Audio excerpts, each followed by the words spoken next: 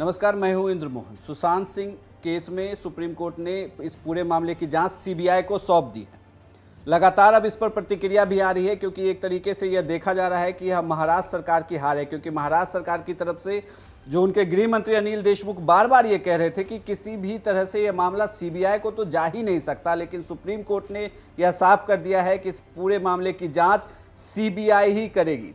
BJP के प्रवक्ता संबित पात्रा ने 3 ट्वीट किए हैं और इस ट्वीट में उन्होंने अपने पहले ट्वीट में लिखा है, Shivsena equal to Sonia plus Riya equal to Soriya सेना।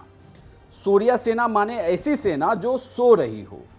इसके बाद एक और उन्होंने ट्वीट किया है जिसमें उन्होंने लिखा है, सुनने में आया है महाराष्ट्र सरकार अब रो रिया है। रिया को उन्होंने इन्वर्टेड कोमा में लिखा है इस अपने ट्वीट में। संबित पात्रा ने इसके बाद फिर एक ट्वीट किया और इस ट्वीट में लिखा, पहले महाराष्ट्र सरकार सो रिया था, फिर संजय राउत सुशांत परिवार को धो रिया था, अब मुंबई में सरकार रो रिया है। दोस्तों जल्दी ही सुनेंगे, महाराष्ट्र सरकार जा रिया है। दरअसल संबित पात्रा के ये पूरा जो ट्वीट है, लगातार इन 3 ट्वीट के जरिए उन्होंने शिवसेना की सरकार को घेरने की कोशिश की है रिया के मामले में, क्योंकि लगातार जब इस पूरे मामले की जांच की जा रही थी तो यह आरोप लगा है महाराष्ट्र सरकार पर कि महाराष्ट्र सरकार इस पूरे मामले में लीपापोती कर रही है। जिस तरीके से जांच होनी चाहिए थी उस तरीके से महाराष्ट्र सरकार इसकी जांच नहीं कर रही। यहाँ तक कि आप अगर संजय राउत का बयान सुने, उस बयान में तो उन्होंने सुशांत सिंह राजपूत के पिता पर ही आरोप लगा दिया था। उसके बाद यह सवाल उठने लगा था कि आखिर इस तरीके के बयान दिए क्यों जा रहे हैं, आखिर इस मामले में ऐसा क्या है जिसे महाराष्ट्र सरकार या मुंबई पुलिस छुपाना चाहती है। ये मेरी जानकारी है और ये सच। उनके फैमिली में क्या चल रहा था वो भी एक जांच का, वो बिहार में खास। कितने बार सुशांत अपने पिता को मिलने गया था पटना में। आप देखिए, उतना आप प्यार, जो आपको शौक, हाँ सदमा, ये सब शब्द मैंने देखे हैं उनके। मुझे संवेदना है पिता के बारे में, लेकिन बहुत सी बातें ऐसी है जो सच आप सामने आएगा। इससे डर से कोई इस प्रकार से जांच को गुमराह करने की कोशिश क्या कोई कर रहा है?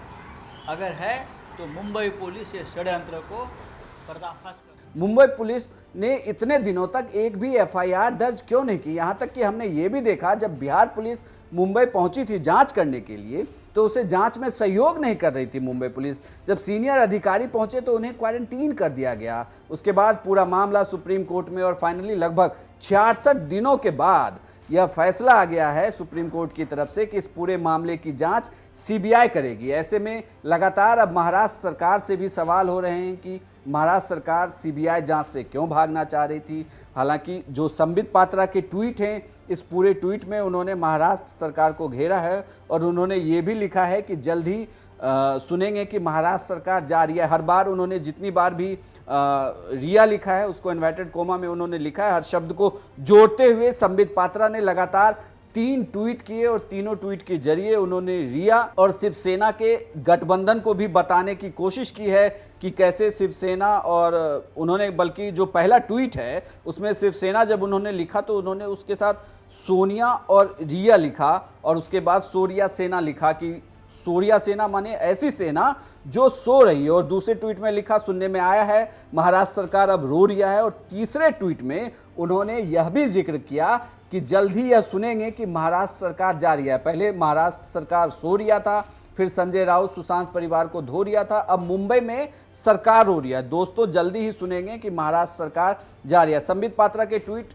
से कई सारे मतलब जो संबित पात्रा अपने ट्वीट के जरिए महाराष्ट्र सरकार को घेरने की कोशिश कर रहे हैं, ऐसा कुछ लगातार देश की जनता भी सोशल मीडिया के जरिए कह रही थी कि जब इस पूरे मामले में जांच की बात आई तो महाराष्ट्र सरकार बार बार यह कह रही थी कि मुंबई पुलिस ने बिल्कुल सही जांच की है, इसमें ऐसा कुछ है ही नहीं। इस पूरे मामले में एक तरीके से ये लग रहा था कि महाराष्ट्र सरकार और मुंबई पुलिस लीपापोती कर रही है, लेकिन सुप्रीम कोर्ट के इस फैसले के बाद अब सीबीआई इस मामले की जांच करेगी। अब रिया चक्रवर्ती के लिए भी मुश्किल बढ़ने वाली है, क्योंकि जब सीबीआई जांच करेगी तो बहुत सारे सवालों का उन्हें सामना करना पड़ेगा। हालांकि अभी तक वो ईडी के सवालों का ही सामना कर रही थी, अब सीबीआई उनसे सवाल करने वाली है सुशांत सिंह राजपूत मामले में कि आखिर ऐसी कौन सी परिस्थिति आई कि देश के इतने बड़े एक्टर ने ऐसा कदम उठाया।